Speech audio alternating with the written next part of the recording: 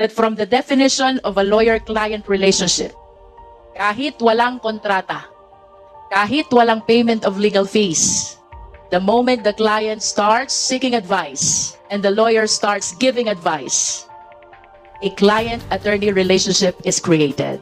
Mr. Chair, I just wish to remind our resource speaker that I think there were 3 members of the committee who have been delving on this question, and repeatedly, Attorney Roque stated that he is lawyering for Cassandra Ong. Cassandra Ong is the representative of Lucky South 99.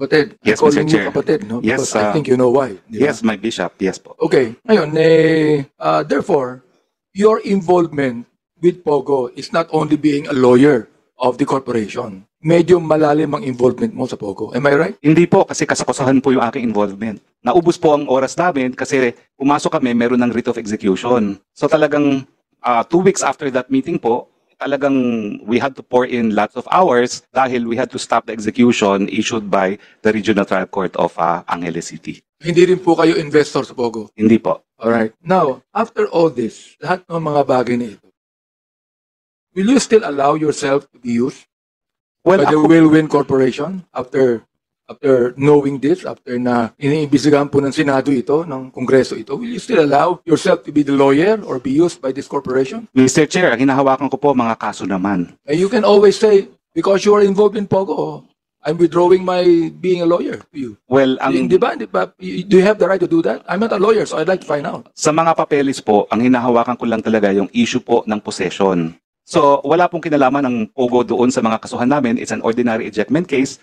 I would like to think na we were relatively successful at kaya po natagalan din ako magdesisyon kung tatanggapin ang kaso kasi suntok sa buwan. Ang final po namin eventually sa Court of Appeals ay petition to annul judgment, no? Na hanggang ngayon po ay nakabinbin sa Court of Appeals. I do realize that, pero because of those cases, tatagal yan, at imbis na the government can do something about it, hindi talaga nila magagawa ang dapat nilang gawin because there are cases against them. Well, Mr. Chair, sabihin na lang natin na nag-aantay kami ng desisyon sa Court of Appeals. Pagkatapos po dyan, we need to get fresh instructions. Eh, ang problema ko, wala na po dito si Cassandra Ong Ata. Hindi ko na rin makontak, no? So kapag hindi ko po na makontak na yan, we have no choice but to tell the court that we are withdrawing because of the fact that we have lost contact with them, no? You do not know where she is now. Well, hindi ko na po alam talaga kung nasaan siya, no? In fact, I have demanded that she come back in the few instances na nakakausap ko siya dahil sabi ko nga, I cannot be left to defend you on matters that I do not know. Ang hinawakan ko lang, kaso at saka yung sinamahan kita para sa rescheduling of payment. Wala na akong alam at lumalabas naman po talaga sa Senado. No? Wala naman ako kinalaman sa kanila no? Until 2023, no? Kung saan nagsimula rin yung mga kaso shortly after sinamahan ko sila sa PAGCOR. Tinanong nyo rin po yung mga partners kung nasaan na si Cassandra and they don't even know where he Ang is. kakilala ko lang po talaga si Cassandra at yung time na nagko-convince ako sa kanila na mag-invest sa solar, meron pong Singaporean who is not a resident of the Philippines who comes and goes and talks to me. At siya po talaga yung dahilan kaya hindi ko rin sila napa-invest kasi hindi siya believe dun sa binigay na PSA ng Meralco dun sa project sa Cebu. I just want to know your feeling, no, Attorney Roque, and advocacy, no, being a professed Christian. So do you believe that gambling should be in the Philippines? I have always been against gambling po. You have always been against I've that. always been against gambling. I was raised as a Christian. My mother was president of the Philippine Temperance Union. I do not gamble, not even cards. I have no vices. And I do not approve of Pogo. I have said that I hope Pogo will completely be banned. And I hope we adopt the legislation of the United States, which absolutely prohibits any form of gambling that will be transmitted from the U.S. to other jurisdictions. So you that is a law. fully support the President in his declaration of banning Pogo in the Philippines. I 100% support that, and I hope there will be no exception to it. But when you were still working with the former President who has actually supported Pogo, what is your feeling about that? Well, I had to say what was in the President's mind as a presidential spokesperson, which was very difficult. But as I said, I had to defend why Pogos were open during quarantine and churches were not, which was very difficult. And it's a thankless job. It means Sometimes I think, Mr. Chair, I should never have left this house. It means that you are willing to set aside your being a Christian. Hindi naman po. I am willing. Yun ang aking paningin. Look, Tony Roque, I supported you when you were pro senator. Well, You were maraming even salamat in po. my church. Well, yes po. And almost all the Baptist churches in the Philippines, 6,000 of them supported you actually. Yes, Your Honor. Because I believe in your advocacy. Now, you are telling me that you are willing to set aside your being a Christian because you're the spokesman of the former president. Is that what I hear right now? Hindi po. Hindi po nagbago ang aking mga paninindigan. In fact, yung issue dito sa House, nung nandito ako, yung mga miyembro po ng 17th Congress, alam nila yung mga issue gaya ng death penalty, lowering of age of criminality, bumoto po ako sang-ayon sa aking pananampalataya. So, meron pong distinction yung mga personal na paninindigan ko at yung aking katungkulan bilang isang spokesperson. Kaya nga po, bagamat ang aking presidente ay pabor sa death penalty, hindi po nagbagong personal na paninindigan ko na ako po ay tutol. Ganyan din po ang usapin ng casino at pogos. Kasi sa akin po, walang pagkakaiba ang pogo, walang pagkakaiba ang casino, pare-pareho po yan. Walang mabuting gagawa, lahat po yan ay labag, no? Sa utos ng Panginoon. Pero, yung paninindigan ko pong personal, hindi po yan nagbabago. Pero kung trabaho, at ikaw ay spokesperson, hindi naman po pwede nang lalabas sa bibig mo ay sarili mong paninindigan at hindi paninindigan ng presidente. Pero consistent po ako na talagang a matter of record when I was here in the House, I voted pursuant to my conviction as a Filipino and as a Christian. Last Naniniwala question. po kayo sa kasabihan na walang personal ito, trabaho lamang ito. Opo, naintindihan ko po dahil alam ko naman mahal niyo ako bilang iyong isang tupa, Bishop. You're against all forms of gambling. Is that what I'm trying to say here? Mr. Chair, yes, I have never engaged in gambling. I don't even play cards. Ganyan po ako pinalaki in a Baptist family, in a Last question, Mississippi family po. Congressman Mr. Chair. Abante. You don't play cards. Pero sa solitaire kayo, di ba? Hindi ko po alam Hindi kung na. paano maglaro po ng solitaire. Yan po, ganun Ako katindi marunong po. ako eh. Solitaire. Mr. Chair, mas mabuti pa si Bishop. Ako hindi ako Okay. marunong. Mr. Chair, Thank you. Isang question na lang, not for Atty. Roque, but we have an officer here of the League of Municipalities. Yes, I would like si to Paul. ask, because I see my friend here, Mayor Batawel, no? I'd like to find out, Mayor Batawel, on your being the president yata of the League of Municipalities, no? Vice President, no? In Pangasinan, for example, do you know of any municipality that has a Pogo Hub in it? And my second question is it legal or illegal? What you find out? Your Honor, we are guided by the existing rules and regulations, and we are aware that, and it has been confirmed by the State of the Nation address by the President, that POGOs are illegal, except for those who have been granted by the PAGCOR, no? Which were given up to December of this year to wind up. And on that note, the list of POGO involved municipalities were given to us, and the list is with our Secretariat of LNP. Your Honor, sir. Yeah, do you have in Pangasinan alone? Do you have municipalities that are quite involved in having a Pogo Hub? Or, Your Honor, I have to refer to the list which has been given to us because that is based on some facts and evidence. And as personally, my mind will just be a conjecture. But based on the list that have been submitted, maybe I can base my answer to your question, Your Honor. is there any? I would think that there are Pogo Hubs in Pangasinan. Am I right? So if there are, I would like to ask if there is a relationship with Alice Go dyan, yung mga Pogo Hubs na yan. Hindi ko po alam kasi like her, I'm also from the farm. But I'm aware of some reports involving Pangasinan, Your Honor. Ngayon ko lang nalaman yun, Office ng Barbers.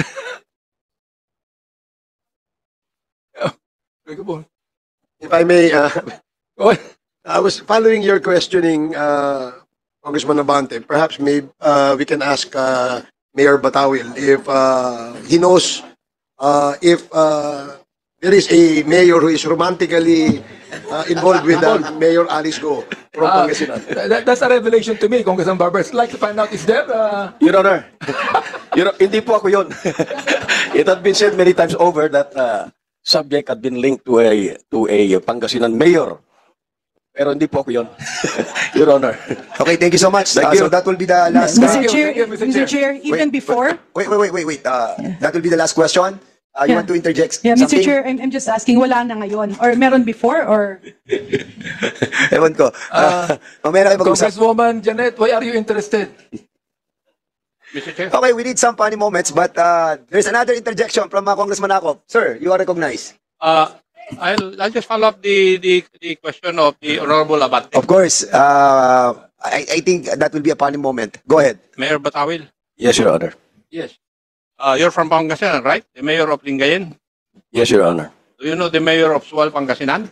Yes, Your Honor. He is a Is- member of our chapter. Is the rumor true? Your Honor, like you as a former policeman, I base my statement on evidence. And you do not have any evidence? At the moment, personally, I do not have, Your Honor. Thank you, Mr. Chair. Oh, I said so. Okay, so we will be proceeding to the next interpellator. But before I recognize Congresswoman Luistro, the chair would like to acknowledge the presence of the Lone District Congresswoman of San Jose del Monte City, Representative Florida Rida Robes. Okay yan. Ma'am, you are now recognized. Thank you, Mr. Chair. With all due respect to Attorney Harry Roque, I always yield to your legal expertise. However, Attorney Roque, this is one of the occasions when my knowledge in law became gray. So I wish to ask once more for the record. With all due respect, kayo po ba ay abogado ng Lucky South 99? Hindi po, wala po akong attorney-client relationship sa kahit sino na shareholder or officer ng Lucky Star. From that Lucky South. answer of Attorney Roque, Mr. Chair, I wish to share to the committee the case of Eusebio Sison versus Attorney Lourdes Dumlao. This is AC number 11959, April 28, 2021. If I may quote,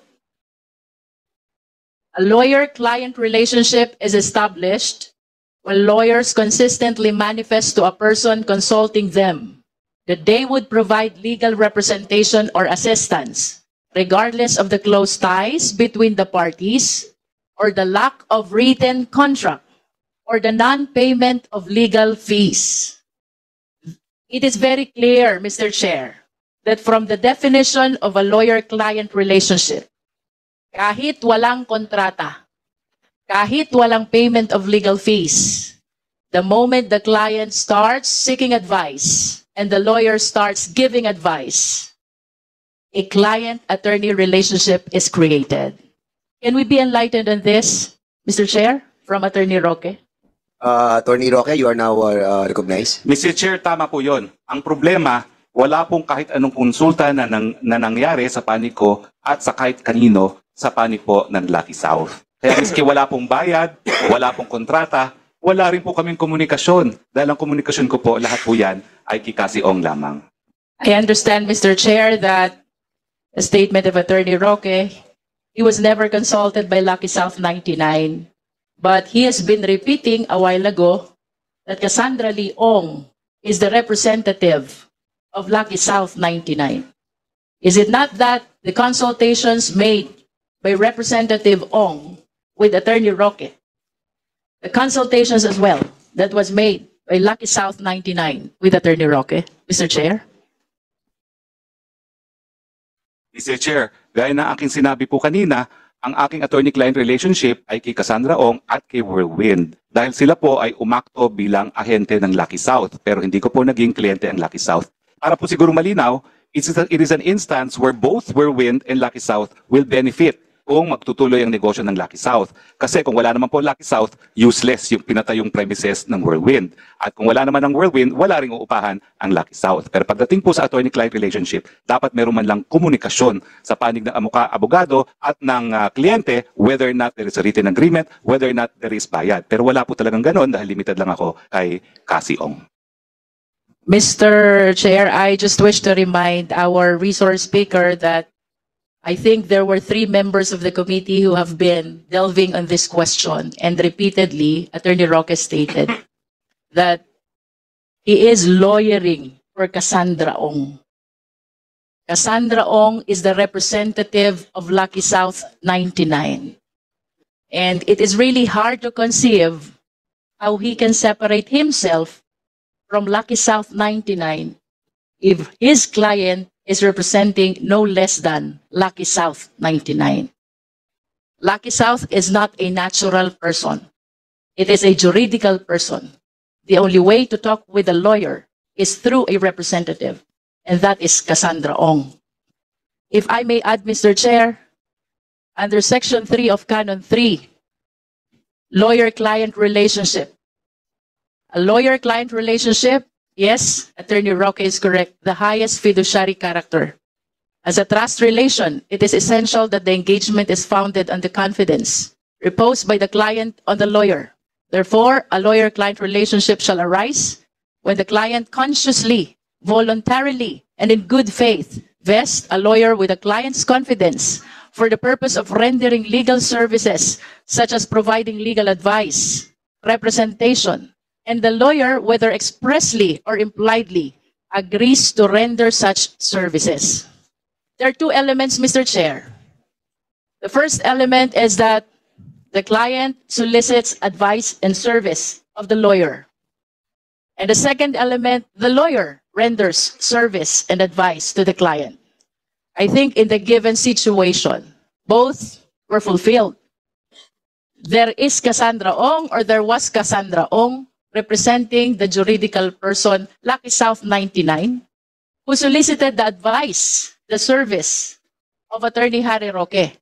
And Attorney Harry Roque physically accompanied Cassandra Ong to PAGCOR, a manifestation of his act of rendering service and advice to his client. I humbly submit, Mr. Chair, that I think there are sufficient legal provisions to establish that a lawyer-client relationship was indeed created with Lucky South 99. Mr. Chair. Do you want to reply on that, former Secretary Roque? Mr. Chair, I can only say that as a lawyer, I have a different opinion. I acknowledge that there is lawyer-client relationship between me and Cassie Ong as representative of Whirlwind, who in turn acted as agent for Lucky South. But that does not mean that Lucky South gave me their trust and confidence to represent me, and I would repeat it. Kung kukunin po nila ako to quash the raid on their property, I will readily accept it. Pero yun nga po, hindi nila gagawin yun. Dahil sa tingin nila, ang kritiko ng gobyerno, hindi magpapanalo ng kaso sa kanila, magpapalala pa. Yun lang po ang sitwasyon talaga. Mr. Chair, earlier, Attorney Roque likewise stated that Whirlwind is the agent of Lucky South. Does our resource speaker confirm this, Mr. Chair? Yes po. And can agency be implied? Well, it can be implied, but an agency, once delegated, cannot be further delegated. Yun po ang rule. Can it be done verbally? Well, agency is written or verbal. Pero ang sinasabi ko nga po, yung delegated authority to Cassie Ong cannot be delegated any further. Ang pwede lang po mag-delegate talaga ay yung principal. And what therefore is your concrete basis why you reach the conclusion that Whirlwind is an agent of Lucky South 99? Well, una-una, Mr. Chair, because that is how Whirlwind explained it to me. And under the circumstance na sila nagpapaupa ng property nila at may interest sila na magkapatuloy ang negosyo ng Lucky South, nakita ko naman po kung ano interest din ng Whirlwind. Ang interest ng Whirlwind ay magpatuloy po ang negosyo nung nag-uupa sa kanila, Mr. Chair. Mr. Chair, I want to go to the basic. Agency is a contract where there are two parties involved, the agent and the principal. It is hard to conceive, Mr. Chair, that Attorney Roque will be relying on the representation only of Whirlwind without an active participation of the other party who is supposed to be the principal, the Lucky South 99. And even assuming that indeed Whirlwind is an agent of Lucky South, I hope we are reminded as well by the principle that the act of the agent is the act of the principal, and the liability of the agent is the liability of the principal. Similar to attorney-client relationship, there is a fiduciary relationship that is existing between the principal and the client. So I wish to conclude, Mr. Chair, that Attorney Roque's representation did not cover only the Whirlwind, but extends even to Lucky South, Mr. Chair. Okay.